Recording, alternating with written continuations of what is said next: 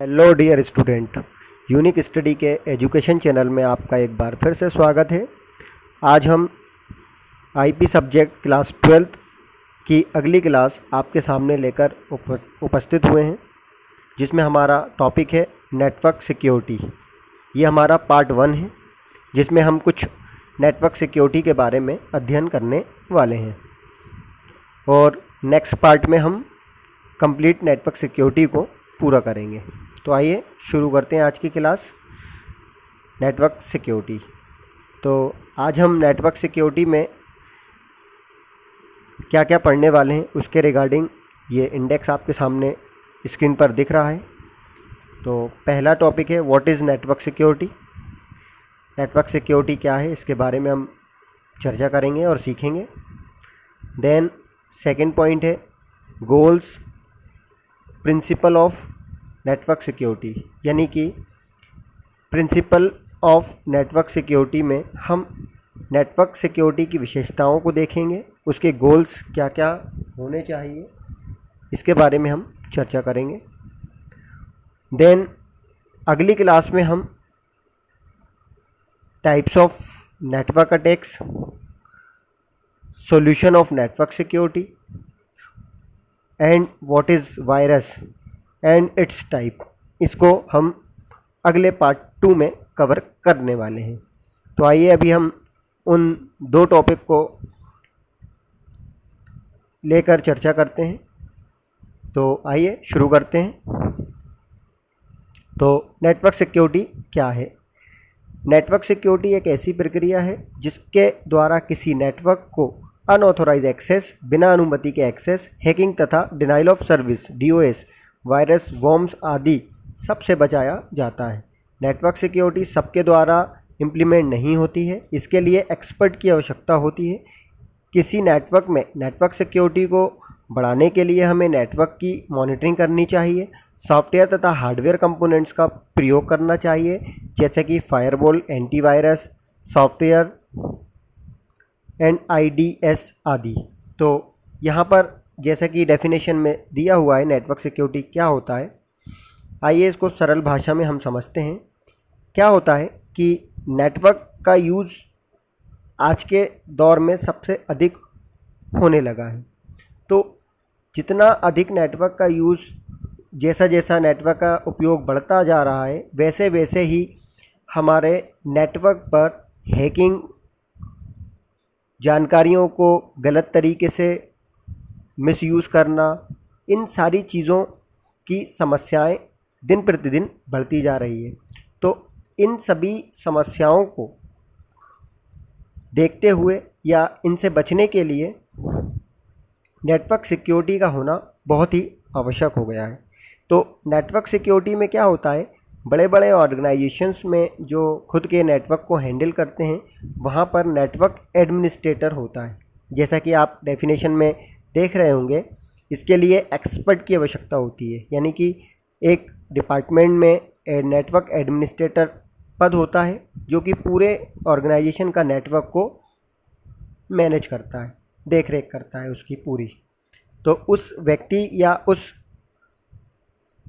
Person का ही पूरा काम होता है नेटवर्क की सिक्योरिटी को बनाए रखना।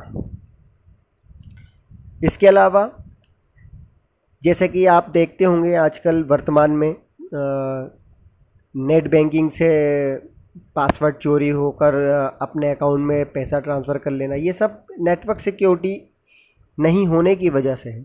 तो ये सब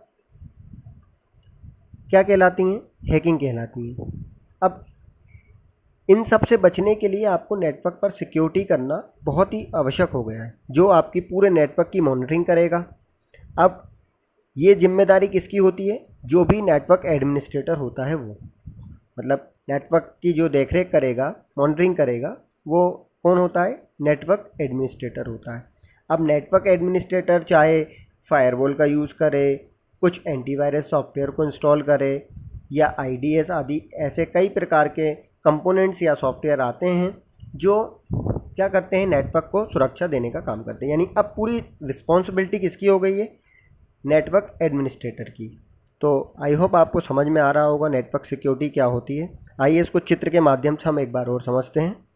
तो जैसा कि आप स्क्रीन पर देख पा रहे होंगे, नेटवर्क सिक्योरिटी मॉडल, यहाँ पर दो व्यक्ति हैं जिन्हें आप देख रहे होंगे, प्रिंसिपल दोनों तरफ दिए हुए हैं, है ना। ये दोनों आपस में क्या जो कुछ भी इंफॉर्मेशन आपस में शेयर करेंगे तो बीच में आप देख पा रहे होंगे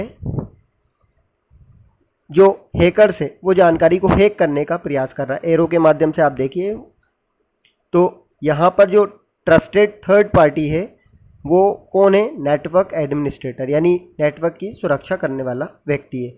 वो क्या करेगा? जो एक प्रिंसिपल दूसरे प्रिंसिपल को जो भी जानकारी भेजेगा या इन्फॉर्मेशन भेजेगा उसकी पूरी मॉनिटरिंग, ताकि कोई उसे हैक ना कर सके। ये जो बीच में आप देख रहे होंगे हैकर उस जानकारी को हैक करने का प्रयास करेगा, तो ये जिम्मेदारी है नेटवर्क एडमिनिस्ट्रेटर की। आई होप आपको समझ में आ रहा होगा। तो आइए अब हम बात करते हैं नीड्स ऑफ सिक्योरिटी। आखिर आवश्यकता क्यों पड़ती है नेटवर्क सिक्योरिटी की?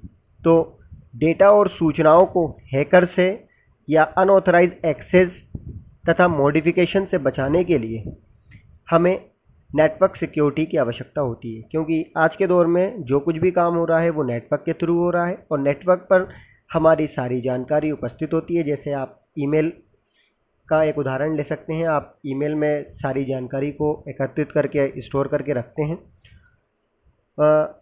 बाई चांस यदि वो हैक हो जाता है तो आपकी जानकारी लीक हो सकती है, हैक हो सकती है। तो डेटा और सूचनाओं को हैकर से बचाने के लिए और उस अटैक से बचाने के लिए जो हमारे जानकारी को हैक करने का प्रयास करेगा, ये सभी नेटवर्क सिक्योरिटी की हमें आवश्यकता होती है। इसी के लिए हमें नेटवर्क सिक्योरिटी की आवश्यकता होती है।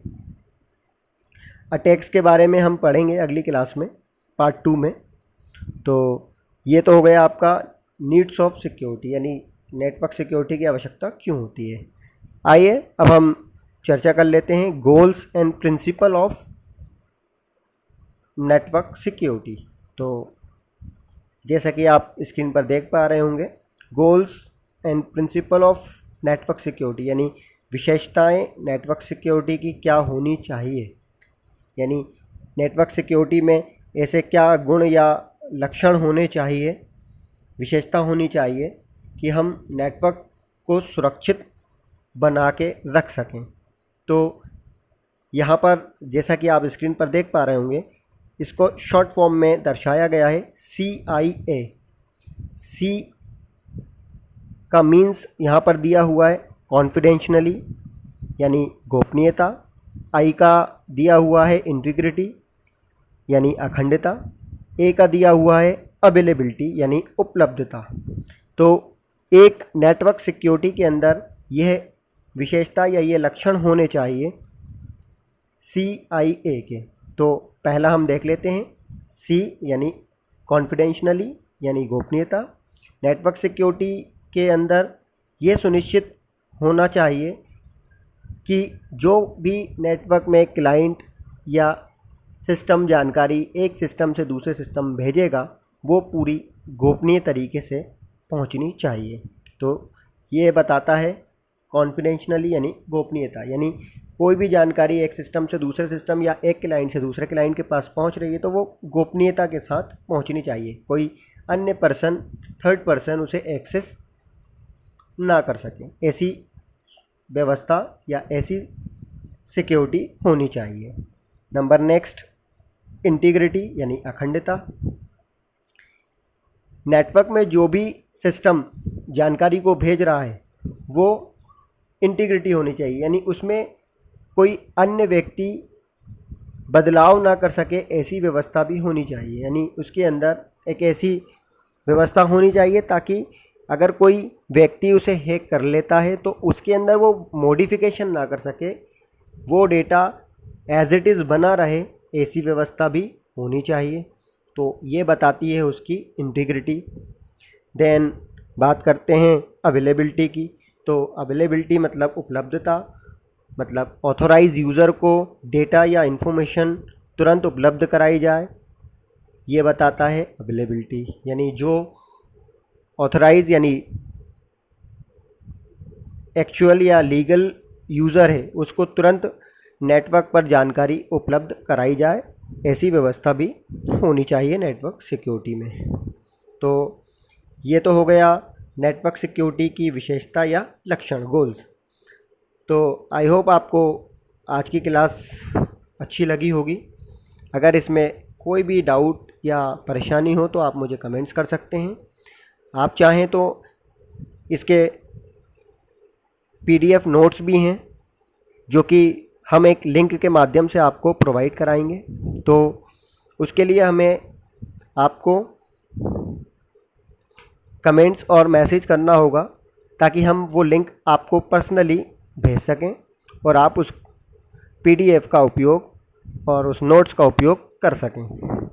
तो आज की क्लास आपको कैसी लगी प्लीज़ कमेंट्स करके ज़रूर बताएं। और आपसे रिक्वेस्ट है कि यदि आप चैनल पर पहली बार विज़िट कर रहे हैं या अभी तक हमारा चैनल सब्सक्राइब नहीं किया है तो आप इसे प्लीज़ सब्सक्राइब करें और ज़्यादा से ज़्यादा शेयर करें ताकि सभी लोग या सभी बच्चे जो IP सब्जेक्ट नहीं पढ़ पा रहे हैं या उन्हें परेशानी होती है IP सब्जेक्ट पढ़ने में, उन तक ये क्लास पहुंच सके और वो घर पर ही रहकर अपना अध्ययन पूरा कर सकें। Thank you for watching unique study education channel. Thank you.